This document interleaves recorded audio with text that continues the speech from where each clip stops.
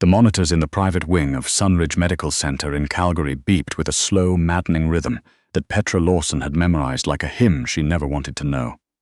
Her nephew, 5-year-old Caden, had not spoken a single word in 4 months. Not since the accident, not since the night a drunk driver ran a red light on Crowchild Trail and took Petra's sister, Caden's mother, in the space of 1 terrible second. The neurologists at Alberta Children's Hospital had examined him twice. There was nothing structurally wrong with his brain, nothing severed or swollen. The official term in his file was selective mutism secondary to acute grief trauma. The unofficial term, the one the specialist said quietly in the hallway while he thought Petra was out of earshot, was this: "He has shut the door. We don't know how to knock." Caden ate very little. He slept fitfully. He sat at windows and watched parking lots with the 1,000-yard stare of a man who had survived a war, not a 5-year-old boy who still had a half-finished Lego set on his bedroom floor. Petra had done everything right. The grief counselors, the play therapy, the pediatric psychiatrist who charged $380 an hour and spoke so softly that Petra sometimes couldn't hear her from across the room. She had moved Caden out of the apartment he'd shared with his mother and into her own small place in Bridgeland. She had taken leave from her job as an administrative assistant at the university. She had read every article, joined every online support group, cried into every pillow she owned until the stuffing went flat. Nothing reached him.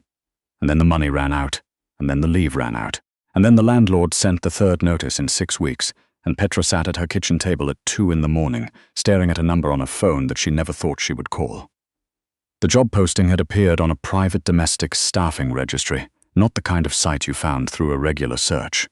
A colleague at the university had mentioned it in passing. If you ever need work fast, real work, good pay, no questions asked. The listing was sparse.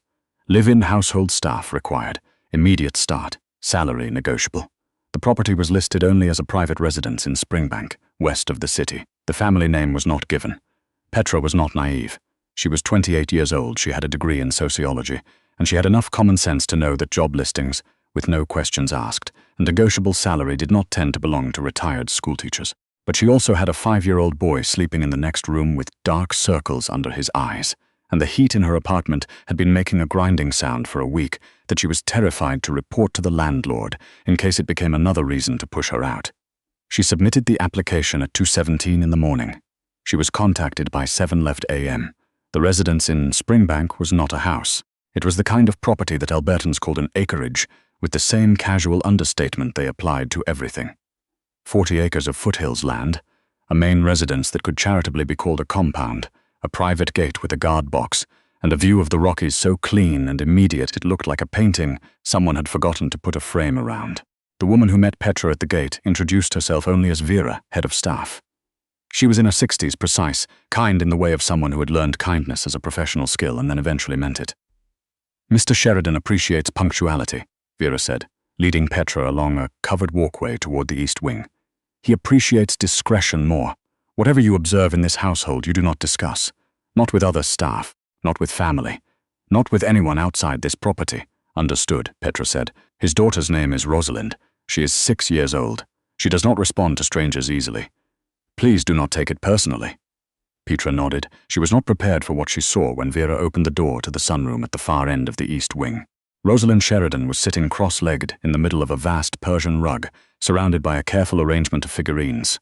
Small animals, mostly, carved from what looked like soapstone.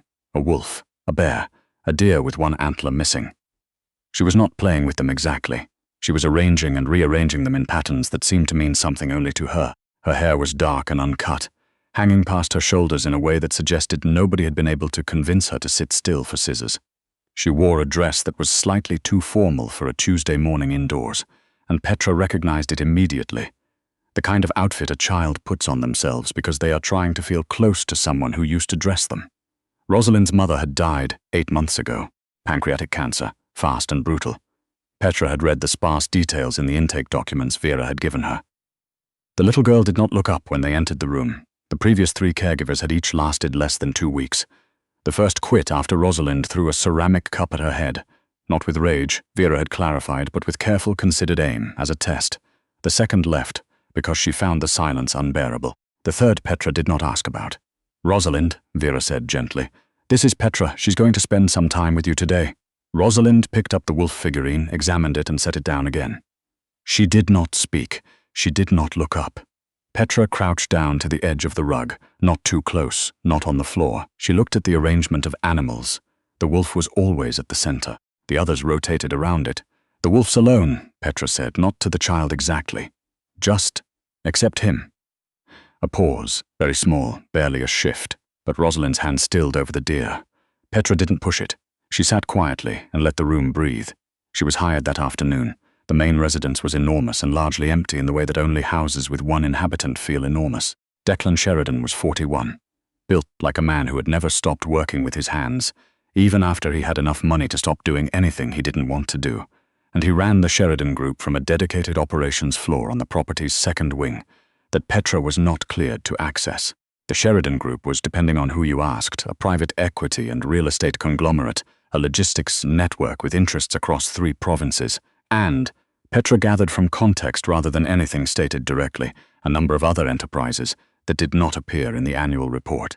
He shook her hand on the first day with the firm, brief grip of someone who had assessed her entirely before she walked through the door and had made a decision he didn't intend to revisit. Vera will have told you the basics, he said. I'll add 2 things. First, Rosalind is my only concern. Whatever she needs, you have authorization. Second, if she talks to you, do not make a big thing of it. She shuts down when people make a big thing of it. I know, Petra said. Something shifted in his expression, not warmly, exactly, but with attention. How do you know? I have a nephew, she said. He stopped talking 4 months ago. Declan Sheridan looked at her for a moment longer than was professionally comfortable. Then he nodded once and walked back to his wing. The days that followed settled into a rhythm that Petra hadn't expected to feel like relief. She and Rosalind ate breakfast together in the sunroom. Petra had learned quickly that Rosalind did not like food to touch on the plate, and that she ate toast only if it was cut into triangles, and that she had a strong and specific preference for the wildlife documentaries narrated in a British accent versus any other accent, a preference she communicated through the precise adjustment of the remote control whenever Petra reached for it. Rosalind did not speak, but she communicated. By the end of the first week, she had begun sitting closer to Petra on the wide sectional in the sunroom, close enough that their sleeves touched. She still didn't speak, but she had stopped the tests. No thrown objects, no staring blankly at the wall when Petra talked. She listened. Petra had learned to talk to children the way she talked to Caden. Not at them, not performing cheerfulness, but just talking, narrating the world in a low, honest voice. The elk are moving south because the grass is going yellow. It's the same reason people used to move camps, a long time ago in this part of the world. Everything follows the food. Everything follows warmth. On the 9th evening, Rosalind was arranging her figurines on the coffee table, the wolf at the center. Petra was reading in the armchair nearby. Without looking up from the animals, without any preamble, Rosalind said, in a voice so small and careful it was almost a whisper, "The wolf knows where her cubs are. She just can't get back to them." Petra held very still. She did not gasp. She did not make a fuss. "Is that what you think?" Petra said, her voice even. A pause. "I think that Smallus said. I think they know, and I think the cubs know she knows." Rosalind picked up the wolf and held it in both hands. She did not speak again that night, but she had opened the door, just a crack, and she had left it open. Petra told no one, not even Vera. It was not hers to tell. But Declan knew. Petra didn't know how. She had said nothing, changed nothing in her routine. But 2 days later he appeared at the door of the sunroom in the evening, when Rosalind was already asleep and Petra was tidying quietly, and he stood in the doorway looking at the arrangement of figurines on the coffee table as if they were evidence of something. "Vera said she heard Rosalind in the sunroom last night," he said quietly, talking. Petra continued stacking the books she'd been sorting. "Children process things at their own pace. Don't do that." His voice was not unkind, but it was direct. "Don't manage me." She looked at him. "She's making progress." Slowly. "The worst thing I can do is tell you the details and have you change how you are around her because of it. She'll notice. She notices everything." He was quiet for a long moment. When he finally spoke, his voice had lost some of its professional armor. "She's all I have left, I know," Petra said. "So let's not mess it up." He almost smiled. It didn't quite finish, but it started. What Petra did not tell Declan, what she did not tell anyone, was that something in the household had begun to feel wrong in a way she couldn't immediately name. It started with small things. A door to the east corridor that was consistently unlocked when it should have been locked. A member of the housekeeping staff, an older woman named Mrs. Aldrich, who had worked for the Sheridan family for 6 years, according to Vera, who watched Rosalind with an interest that Petra, who had spent her career watching people interact with children, could not quite categorize as warmth. Mrs. Aldrich brought Rosalind a cup of warm milk every night before bed. She had done so for months, Vera confirmed. It was, apparently, the child's routine. Petra noticed after the first week that Rosalind always seemed heavier with sleep after the milk, not pleasantly drowsy the way children are after a warm drink, but thick-limbed, glassy-eyed, with a drugged quality that Petra had seen once before, in a social work practicum placement years ago, and that she had never forgotten. She began disposing of the milk without Rosalind, knowing. Within 3 days, Rosalind was sleeping lighter. She was waking more easily. She was perversely sharper. Petra said nothing. She needed to be certain. On a Thursday evening, while Mrs. Aldrich was on her dinner break and the kitchen was briefly empty, Petra slipped inside and opened the refrigerator. The small sealed container labeled Rosalind. Bedtime sat on the second shelf where it always sat. She took a careful sample. She used a small test kit she had quietly ordered online, the kind marketed to parents of teenagers, for detecting adulterants in drinks. She had told herself she was probably being paranoid. The test came back positive for a mild sedative compound. Petra's hands were completely steady. She had trained them to be steady, in the years of managing crises, of being the person in the room who did not fall apart. But inside her chest, something had gone entirely cold and very, very focused. She put the container back exactly as she found it. She walked to her room, sat on the edge of her bed, and thought. She thought about who Mrs. Aldrich spoke to in the staff common room. She thought about the phone calls she took outside, by the east gate, where the security cameras had a blind spot that Petra had noticed on her third day. She thought about the man she had seen twice through the gate, well-dressed, waiting in a black Range Rover, never approaching, and the way Mrs. Aldrich's demeanor shifted when she returned from those conversations. And then she thought about Rosalind's mother, the Sheridan estate, the money. Rosalind was 6 years old and the only heir to a family trust that Petra, even with her limited knowledge of these things, understood was worth enough to rearrange people's lives for. She picked up her phone, and then she stopped. She did not have Declan Sheridan's personal number. She had Vera's, and Vera had been warm and professional and helpful in every way.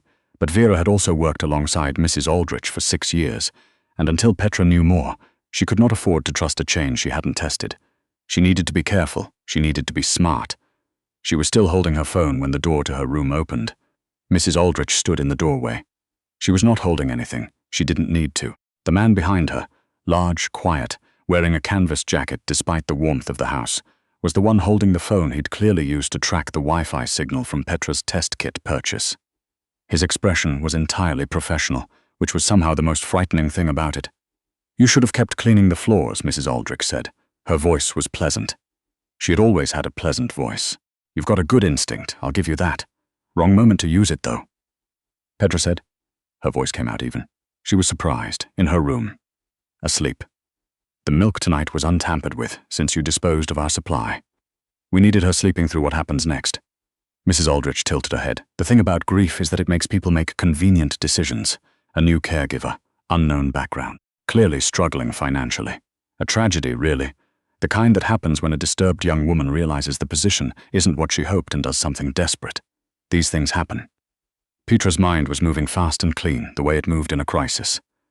There was a letter opener on her desk. Useless. The lamp, heavy base, possible. The window, ground floor east wing, unlatchable from inside. "You're doing this for someone," Petra said, keeping Mrs. Aldrich talking, watching the man's hands. "You're not the one who wants the estate." "No," Mrs. Aldrich agreed. "I am not. Then you're the one who gets left holding everything when this goes wrong." Something flickered behind the older woman's eyes. "Because it will go wrong," Petra said, and she let her voice go quiet and certain, the way she had learned that truth sounds different from performance. "You've been in this family for 6 years. You know what Declan Sheridan does when someone threatens his daughter. You've seen it. I haven't, and even I know." The flicker deepened. The man in the canvas jacket moved, and Petra threw the lamp. It caught him across the shoulder, not the head, which would have been better, but it was enough. He stumbled sideways into the doorframe. Petra crossed the room in 3 steps, slammed her full body weight against the door, and felt the door connect with something on the other side. She twisted the interior bolt. Old-fashioned, solid brass, blessed the original construction of this house, and locked it. She was already at the window. It opened outward, cold October air flooding in, the smell of foothills grass and pine, and she dropped to the ground and ran, not to the gate, to the second wing. There was an exterior intercom panel on the south wall of the operations floor. Petra had noted it on day 3, the way she noted everything, the same way she'd noted the blind spot by the east gate and the fact that the operations wing had its own power circuit. She hit the call button and held it. Declan's voice came through in 4 seconds flat. He was awake. He was always awake at this hour, she realized. Who? It's Petra. Mrs. Aldrich has been sedating Rosalind. There's a man in the east wing with her right now, and I think there are more at the gate. I don't know who's outside, but I need you to get Rosalind out of her room before they do, and I need you to do it right now. A pause. Not a long one. Don't move from that panel, he said. She didn't. What happened in the next 11 minutes, Petra experienced mostly as sound. Boots on gravel, voices, a door being put off its hinges somewhere inside the house, Rosalind crying once, briefly, and then stopping, which Petra understood to mean she had been found and was safe. The crying stopping was the sound she had been listening for. When Declan came around the south corner of the operations wing, he was carrying Rosalind against his chest with one arm and held a phone to his ear with the other, speaking in a low, rapid voice to someone who was clearly not the police. He ended the call when he saw Petra. He looked at her for a moment, at the mud on her knees from the drop from the window, at the October cold that had put color in her face, at the way she was standing with her arms wrapped around herself because she hadn't grabbed a coat and wasn't about to say so. She was sedated, Petra said. Mild compound, but regular doses. It was suppressing her already. I think it's been happening for weeks, possibly months. I have the test result on my phone. Declan looked at his daughter. Rosalind, half awake and deeply confused, had her cheek pressed against his shoulder. Her eyes found Petra in the dark and stayed there. Okay, Declan said quietly. He shrugged off his jacket, one-armed, the way men do when they've been doing everything one-armed for years, and held it out to Petra. She was. She hadn't noticed. Who sent them? She asked, pulling the jacket on. It was enormous and warm and smelled like cedar, and something that wasn't quite identifiable but was completely calm. An associate. Former associate. His jaw was very tight. Gordon Whitfield. He managed the Sheridan Group's Western portfolio for 11 years. When my wife died, I restructured the trust. Rosalind is the sole beneficiary. Whitfield had expected to maintain control of certain assets in perpetuity. He didn't. A pause. He has been very patient about it. He won't be a problem anymore, Petra asked. Declan looked at her. His eyes in the dark were very dark. No, he said, with a quiet certainty that was not a boast, just a fact, he will not. Mrs. Aldrich and the man in the canvas jacket was secured by people Petra never saw clearly and did not ask about. The RCMP received a call the following morning from Declan's legal team, structured in a way that Petra understood, without being told, contained enough documented evidence to be both conclusive and convenient. Whitfield was arrested at his home in West Vancouver by mid-afternoon. There would be a trial. There would be a great deal of legal machinery. Declan handled all of it from behind closed doors that Petra did not need to be behind. What she needed to be in was the sunroom at 8:15 the following morning, sitting on the wide sectional with a cup of tea going cold in her hand, watching Rosalind arrange her figurines. The wolf was in the center, the others were in pairs. Rosalind picked up a second wolf figurine, one Petra had not seen before, smaller with a slightly chipped ear, and set it beside the first one. Where did you get that one? Petra asked. Dad gave it to me last night, Rosalind said, clearly simply as if she had been speaking all along and they had simply been waiting for the right moment. He said, I have 2 wolves now. Petra pressed her lips together for one careful second. He's right, she said. You do. Declan Sheridan appeared in the doorway of the sunroom that evening, as he had been appearing most evenings. But this time he came in rather than standing at the threshold. He sat in the armchair across from Petra while Rosalind slept down the hall with the wolf figurines arranged on her windowsill. I've spoken to the trust administrators, he said. Your contract will be restructured. The salary I offered you initially was appropriate for a caregiver. It's not appropriate for what you actually are in this household. Petra looked at her hands. You don't need to do that. I know I don't need to. His voice was patient in the way of a man who had stopped doing things he didn't need to do a long time ago. Your nephew. Caden, she looked up. Vera briefed me on your intake forms.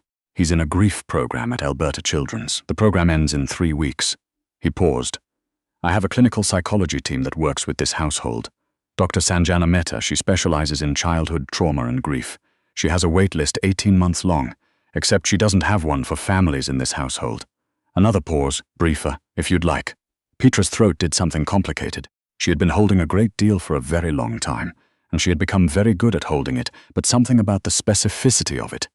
Not a general offer, but Caden, this program, this doctor, there will be really harder. Why? She said. Declan Sheridan looked at her the way he'd been looking at her for days, with an attention that was not comfortable but was entirely honest. Because you put yourself between a man with criminal intent and my daughter with a desk lamp and a deadbolt, he said. Because you found what was wrong before anyone else did, and you didn't panic and you didn't run. And the first thing you said to me at that intercom was not help me but get Rosalind. A pause. And because you know what it is to carry someone else's grief alongside your own and keep going anyway. And I have not met many people who know that. Outside, the Rockies caught the last of the October light and held it. Okay, Petra said. Yes, thank you. She looked out at the foothills going amber and purple in the dusk, and for the first time in 4 months, the thing she felt was not the weight of what she was carrying but something older and quieter underneath it. The particular steadiness of knowing that for tonight, at least, the people she loved were safe. Down the hall, in her room with the 2 wolves on the windowsill, Rosalind slept deeply and well, without anything in her blood but the ordinary chemistry of a child who had been frightened and was now held, and who had, in the way of children who have learned that love can leave and then discovered that it can now also unexpectedly arrive, begun the long and necessary work of believing in permanence again.